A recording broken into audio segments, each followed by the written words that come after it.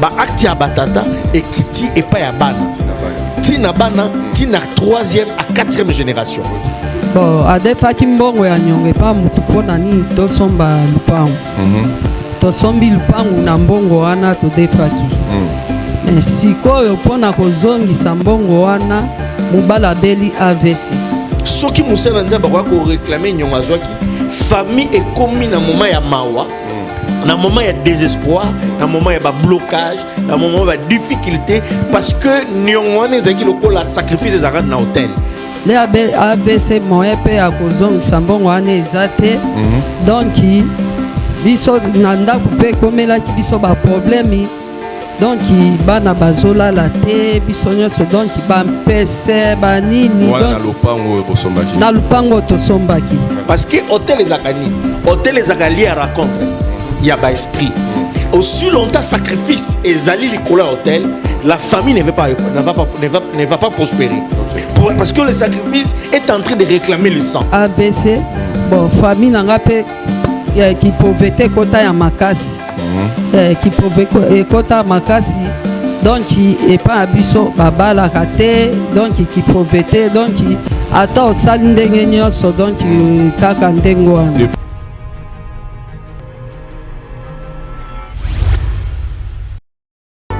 Celui qui lit et ceux qui entendent les paroles de la prophétie et qui gardent les choses qui y sont écrites, car le temps est proche.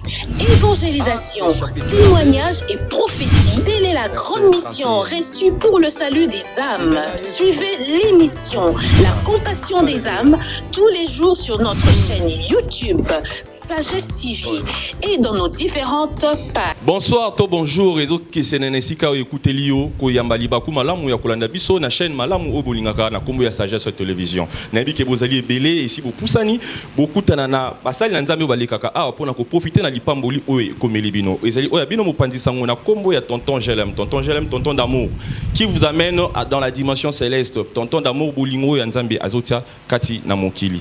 Ba na nzambe lelo na mokolo oyo tozwami tozali na mosala na nzambe vraiment monene to yambi na kati ya plateau na biso na kombo ya apôtre Ndano.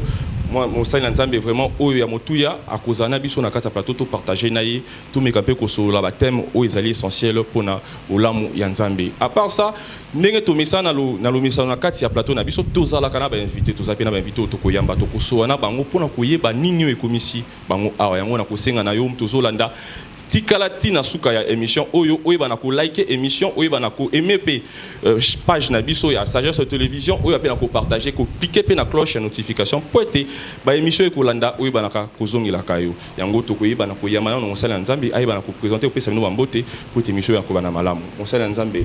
Apôtre, bonsoir. Bonsoir, shalom à tous ceux qui nous suivent.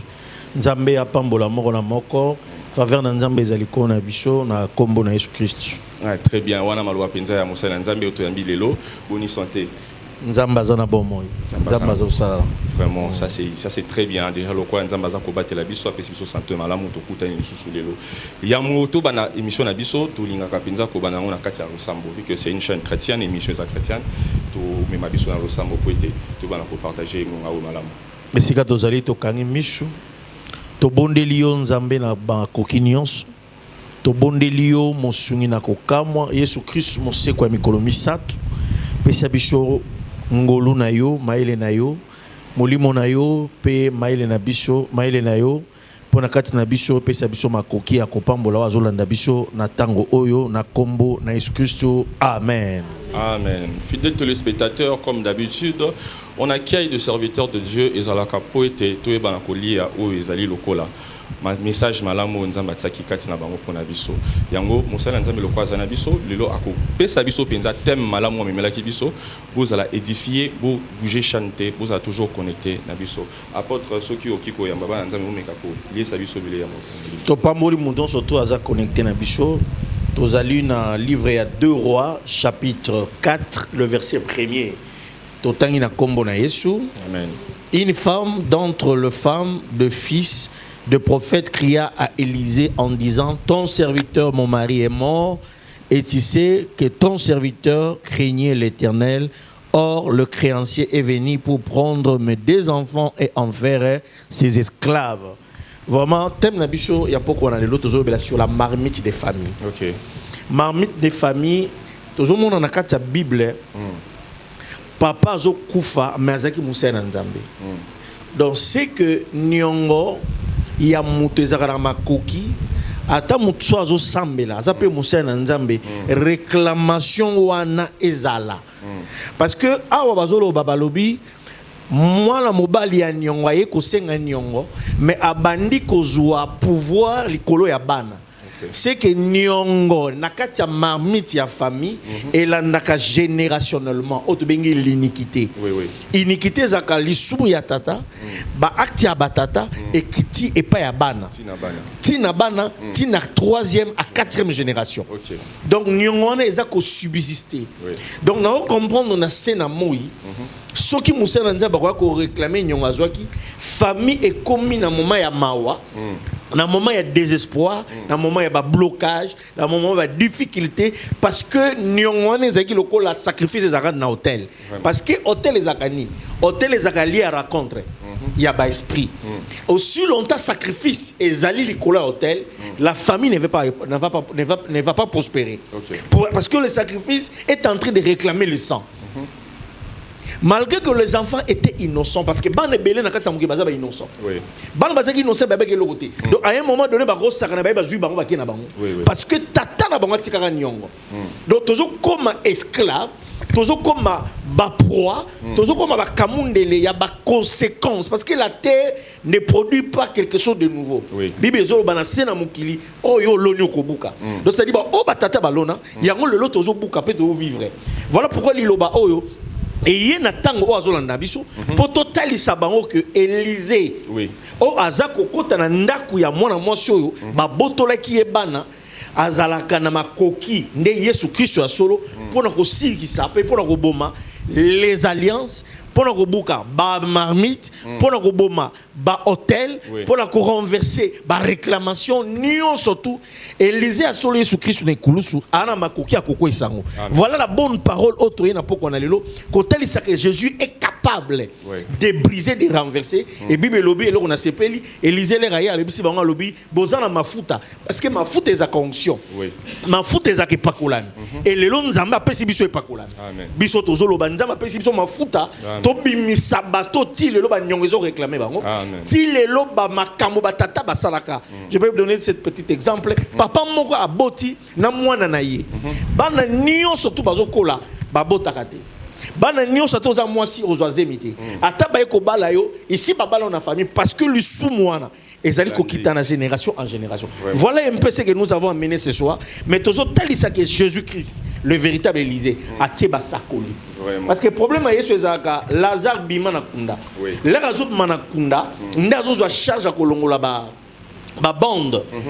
Parce que les loba autoza na ngweza na makoki ya kobimisa mutu na kata sépulcre et fongola e babon pe ezala libre.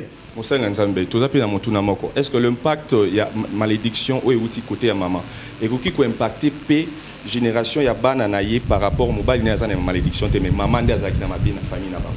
Est-ce que l'impact wana pe ko kota pe na lia na famille wana. Donc na kati ya spiritualité papa na maman laisse ba osala alliance on y surtout un pouvoir sur le sang des enfants. Parce que Bana Bazako hérité que le sang de l'union. L'alliance, Vous devez comprendre que aussi longtemps qu'il y a un mariage des alliés, les paroles de l'alliance, il y a un mariage des alliés, l'alliance constitue encore sa puissance. Donc cette malédiction pourrait descendre. Pourrait descendre parce qu'il y a l'union de l'alliance et les signes ou les paroles sont le preuve de l'alliance que les deux parents ont signé et ils ont le règne, ils ont le mot de régner sur les enfants et les impacts peuvent aussi réagir. Et comment faire les enfants de Dieu pour briser tous ces impacts-là? Parce qu'aujourd'hui à Kinshasa nous sommes en train de remarquer que les bazana c'est mais ils ne savent pas. Peut-être bazana ignorant. Comment les détecter, comment les reconnaître aussi que Tozali na famille ou Ezali na c'est alliance? D'abord, mon tournoi se passe na combo. Ezaka combo na été. Aza combo aza koritan quelque part. Ignorance soit na soki munda comme na âge, pas au col aza na ngokaka. Il est en train de mourir. Parce que Bible lobi faute de l'ignorance, mon peuple périt. Parce que ce qui ignorance ses alliés, c'est le fondement. En réalité, un enfant de Dieu ne peut pas être possédé, mais il peut être envoûté aussi longtemps il est dans l'état de l'ignorance. Or, le temps de l'ignorance, c'est la porte ouverte. Vraiment. Et c'est très dangereux de quelqu'un de vivre dans l'état de l'ignorance. Et voilà pourquoi tu es le la réveil n'a pas qu'on a le pour notre c'est oh non surtout dans la carte il y a tant d'ignorance que l'ère de la délivrance a sonné parce que Christ est capable de libérer et de délivrer les liens qui existaient des années et de génération en génération. Vraiment, ça c'est très important. Par rapport à ce que mais ils allaient faciliter. On sait qu'il y a beaucoup de gens qui ont eu baptême, baptême, mais ils ont toujours rattrapé. C'est dit aussi à quoi? Parce que nous sommes en train de parler, est-ce qu'ils allaient alliance ou ils allaient peut-être comportement personnel? Sur l'iniquité. Oui. Le péché a droit d'être confessé. Mais l'iniquité a droit d'être avouée devant les gens. Vraiment. Le péché, tu peux le confesser devant Dieu, tu as le pardon. Mais l'iniquité, ça demande d'être avoué devant un homme de Dieu, devant les gens ou la famille. On dit, spiritualité, la famille. Parce que l'iniquité, c'est un rapport à un peu grave, doit être confessé, avoué, et pour trouver le pardon. Et en Bible, si mon peuple sur qui est invoqué mon nom se répandent de leur mauvaise voie et ils prient et ils crient, je l'exaucerai de cieux et ils se dévouent de leurs péchés, je les pardonnerai. Vraiment. Donc le pardon est à la race qui une fois que tu avoues devant les gens et tu vas y après tu serais pardonné. Les conséquences du péché existent et surtout l'iniquité bafoue la famille, détruit les générations en génération. Vraiment, Moussa Nzambe, je ne sais pas si tu as un mot à dire encore à une personne ou à un monsieur qui nous regarde actuellement pour nous la seule situation qui te complique, tu as la possibilité de le voir plus loin. En réalité, au remarquer situation nous se déranger yo, au ressenti comme chose dans la ceinture katinayo. Mais ce que tu as plus loin, la croix de Jésus, tu as la possibilité de la situation. N'accepte pas de rester dans la situation que tu as. Tu as cette capacité par la croix, tu as cette capacité à la résurrection de Jésus-Christ. Il y a libérer la situation parce que tu ne peux pas vivre des années. Il y a un moment sur homme de Dieu. Parce qu'à l'éma qu'il avait marre de cette situation, tu dois d'abord avoir le dégoût, le regret et le pardon, l'abandon et tu seras libéré. C'est possible parce que Jésus-Christ est le même hier, aujourd'hui et éternellement. Très bien, Wana, vraiment fidèle téléspectateur. C'est notre apôtre Ndanou, où penza a exhorté Bisso, je sais que vous êtes nombreux, vous attendez aussi les moments précieux, vu que dans la Sagesse Télévision, l'émission La Compassion, vous savez, on a toujours les invités, on a toujours les gens qui nous accompagnent, les gens qui viennent avec leurs problèmes. Je sais que tu es impatient de savoir qui est venu aujourd'hui. C'est quel problème ou écouter tout écoute dans likambo mais reste patient tout pour développer en haut na apôtre Ndanou azana biso na katia plateau. Sans vite parler, on va ouvrir notre plateau pour commencer avec invité na biso toyeba nini komisi bango na isika oyo. Donc fungula liboko côté à liboko nanga à droite pour na koya ma maman parce que c'est elle qui est venue avec nous. Maman, bonsoir. Bonio. Malam. Maman kombo na onani. Kombo na Maman Meji. Maman Meji. Toyambi na Sagesse Télévision na plateau na biso likambo nini komisio awa. Likambo ekomisinga awa mubali nanga akenda ko defambongo.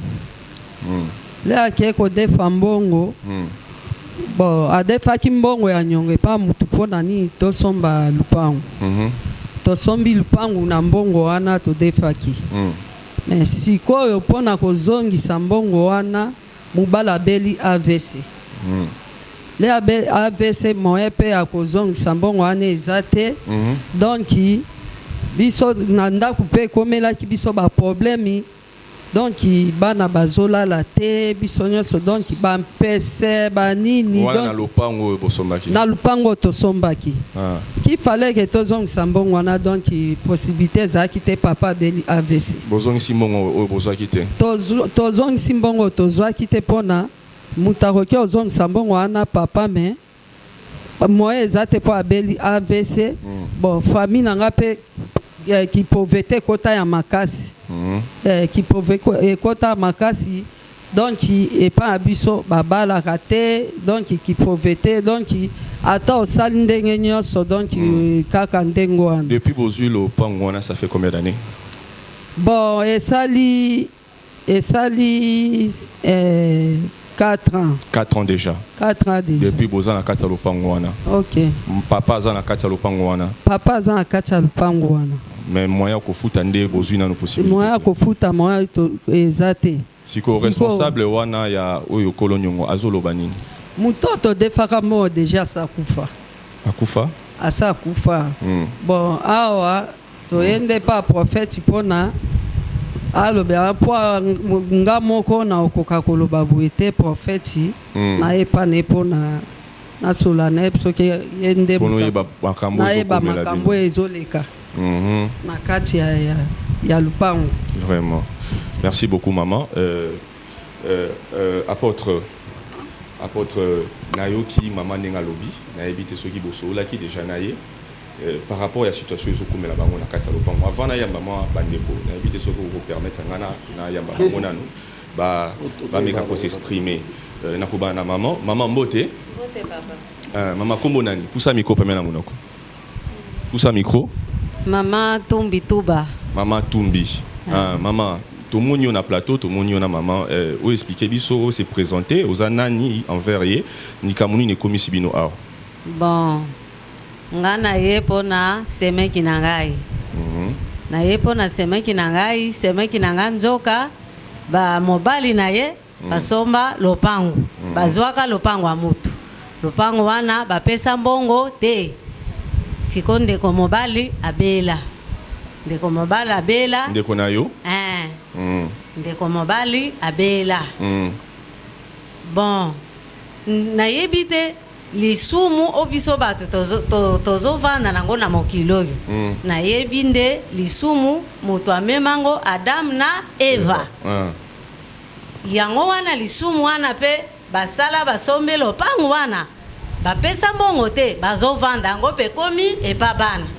Yango komi na famille bana bakomi bana kobela makambo ye makasi moye bana bazala bien ezate nanga le kwa mwasi moye na vanda pas bien ezate. Donc yo ufandi na bango lopango moko to fandi lopango moko te ngana vanda pe pa mobali nanga pe na loba pe akoma neti makambo wana soki oyebisi nga kuna nazate basala makambo wana nga makambo ya famille na yo wana ekipe nga te atata pona nini ekipe yo te soki bobalani bokomi eloko moko pona nini papa likambo wana ekipe yo te talanga ndeko mobali ndenge tozabo etotikeli kaka biso mibale ye soki akufi tokozala ndenge nini yango tomoni da seme kinanga tokende pa mosali ya Nzambe. Très bien.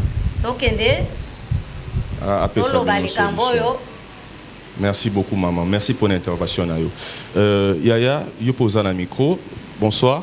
Bonsoir. Kombo na nani? Kombo na Divine. Divine. Oui.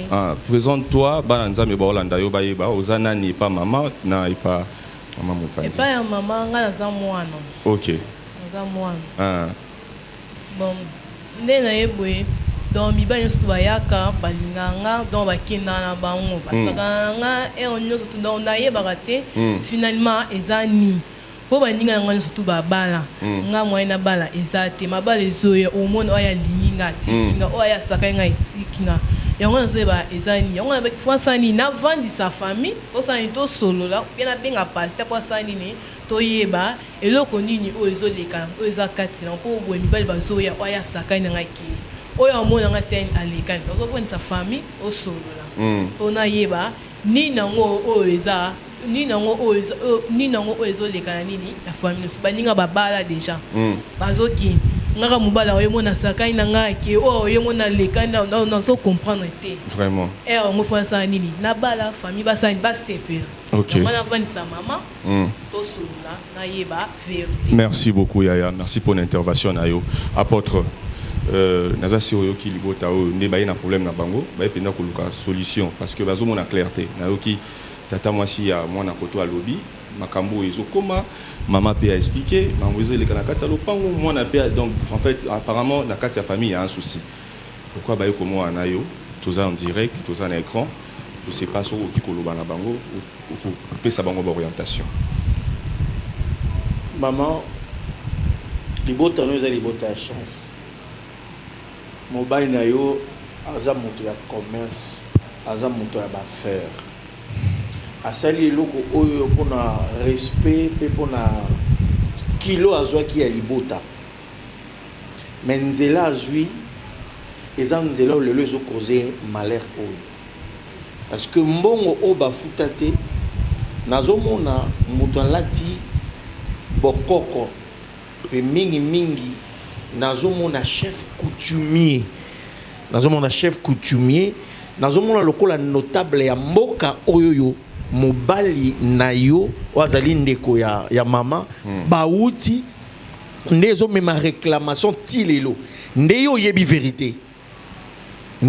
vérité na yebi te soko kokaki koyebisa bango vérité parce que vérité pe solo nde kosala ke lelo bokangolama nazoka passe na motema nanga parce que nazomona mabala o aussi bapesa mbongo na kati ya bomo ya mwana oyo mais mabala o ekufi namoni bana ngo bazokenda sacrifice santa malonga ezate même na kati na ndaku molimo azotalisa nga ke yani marmite qui réclame bana baza neuf dibota baza wana papa pe mobali no azwaka charge ya famille namoni ba mama bavandaka wana batangisi bana mais lelo azo subir conséquence ya moto akufa atikaka nyongo bofuta te pe na moni boke plus loin parce que ndeko na fallait récupérer mbongo wana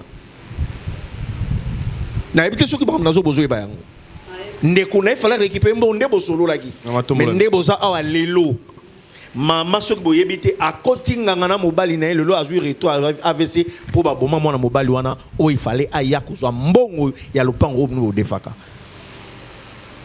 lelo uza consciente que lelo soko lobi vérité libote kokobika oh pasteur nayoki me nayebi mbongo o nde papa kendaka kodefa akenda odefa mbongo epa mfumu bon fumu wana kifale pe biso topesa azongisa mbongo wana mbongo pe ezongaki te fumu aye kokufale azoya kosenga mbongo na ye papa beli AVC moya kozongisa mbongo ezalaki te fumu aye kozwa mbongo eza te fumu aye kokufa me ezalaki ke mwana na ye abandai koya mpona azwa mbongo bon tota mbongo eza te le mwana ye aya kozwa mbongo eza te biso moko mpe nde na ndako aboye donc tokoma kolala bandako bangungi bana bazolala bien te yo loba vérité po vérité nde kangolaka parce que yo yebi makambo bane kosalama na libota ndenge ezosouffrir pe lelo ko comprendre que vérité soko tatoli que oboma muto batikelaki po a récupérer mbongo ya libota ya chef coutumier nde lelo bozo subir conséquence wana est-ce que yebi yango nayebi yango pasteur nayebi yango makambo nyonso tu toyebi nde elekaki wana donc moto yango mpe akufaki abomaki akufaki yango mpe naye mpona ozwela biso solution ya likambo oyo mpona lupangu na bana na nga nyonso eloko yo osala mponga na bala te mponga nazonga kaka nsima mama oza motema mabe na regrete bafanda na mwana boye te yaya toza na plateau bozwa kimia obomba bozwa kimia bofanda toza na plateau apôtre azali lelo yaya bozwa boyaki koluka kimia tata mwasi yaya bozwa kimia yaya tata mwasi yoka bofanda botikela lelo ekomi makambo na nzambe ata soki totiki mais yo ondo oza bida obomi déjà mwana arte osaleli ekitoko te divine s'il te plaît divine toza na plateau pardon fanda apôtre asilisa pasteur mwana na oyo nga na boma ya mobali yango wana nyonso makambo te ezokende ya mabe bana na nga bazobala te donc kipauvreté koti makasi donc balie ekangi malibota makambo ebele na je crois merci je crois que ndeko bazolanda biso nzamba pambola moment oyo esengela ki bolanda biso émission parce que batana biso zaka mokie nzamba pambola sagesse parce que ba moment boende pe biloko aboyizo ko nuye ba mabota ebele zo boma mabota ebele parce que lelo na kati ya libota oyo bazo lotaka attaque wapi ndete tata mwasi azolota e molimo nezo zonga batebele babima balotaka ba mapangu parce que ba mapanga boza ba mapangu makilimba eza mapangu makila ndeko mona ka mutaki matia ya ozonga asimbi mbongo mbongo fait kweya et ba biloko oyo eza ba source ya ba mari de nuit